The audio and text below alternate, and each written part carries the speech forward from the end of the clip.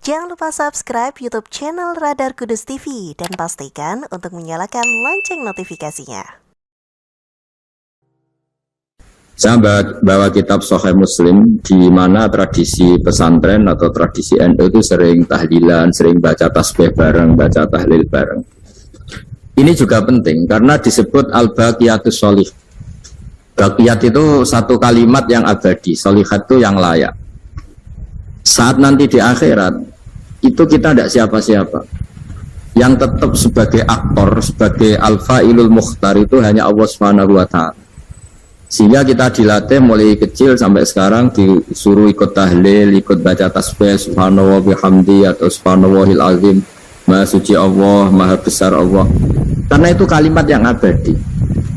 Kita manusia apapun hebatnya itu digerus oleh tua, digerus oleh sakit, dilumpuhkan oleh kelemahan kita.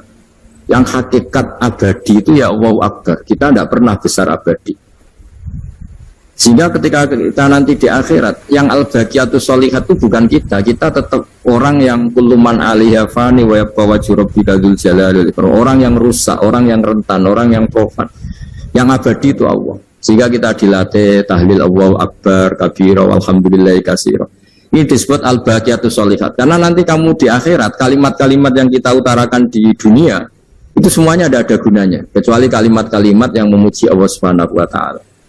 Sehingga dalam sebuah hadis disebut secara jelas, ad-dunya mal'unatun mal'unun ma fiha illa dzikrullah wa ma walahu aw aliman aw muta'alliman. Kalimat-kalimat yang di dunia yang sering kita baca itu mungkin mudah hilang. Yang enggak mudah hilang adalah kalimat-kalimat yang terkait memuji Allah Subhanahu wa taala. Saya sering ditanya sama beberapa orang, ini mungkin statement terakhir saya.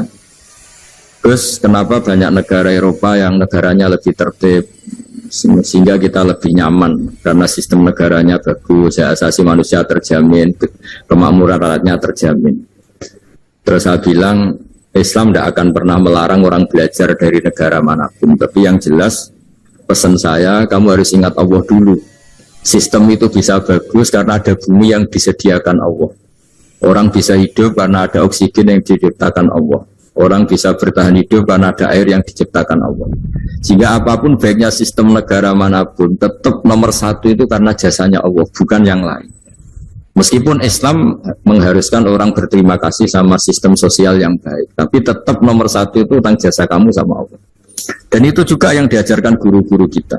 Kalau kita baca surat Waqiah, kata Allah Ta'ala, ketika kamu menanam benih di bumi, apakah kamu yang menghidupkan? Kita kan paling nanam saja jagung, habis itu kita tinggal.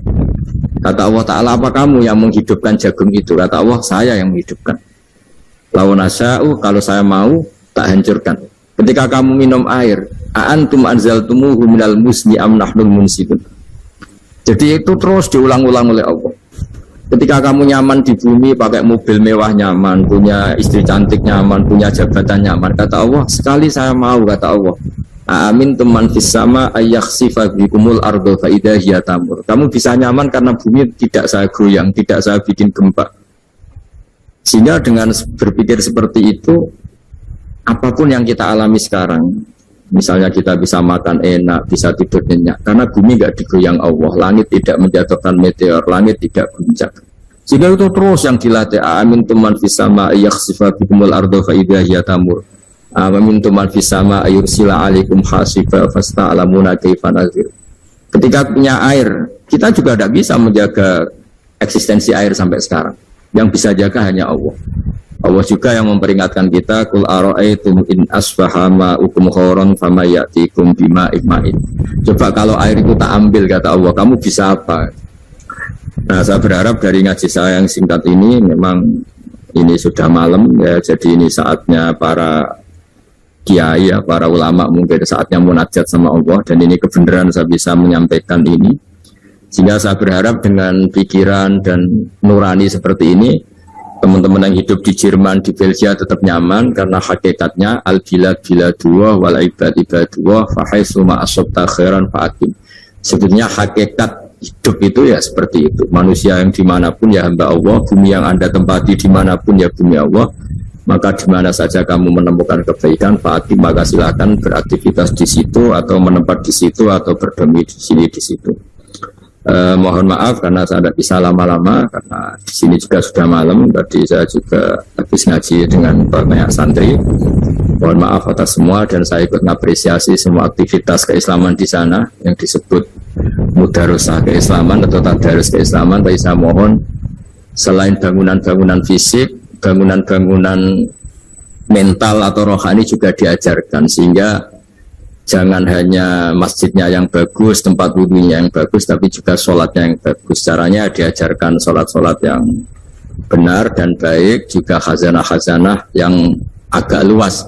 Supaya nanti kalau ada bersinggungan dengan mazhab yang macam-macam, kita tidak mudah panik, tidak mudah mengklaim, tapi selama itu ada dalam khazanah-khazanah ulama kita, harus kita benarkan.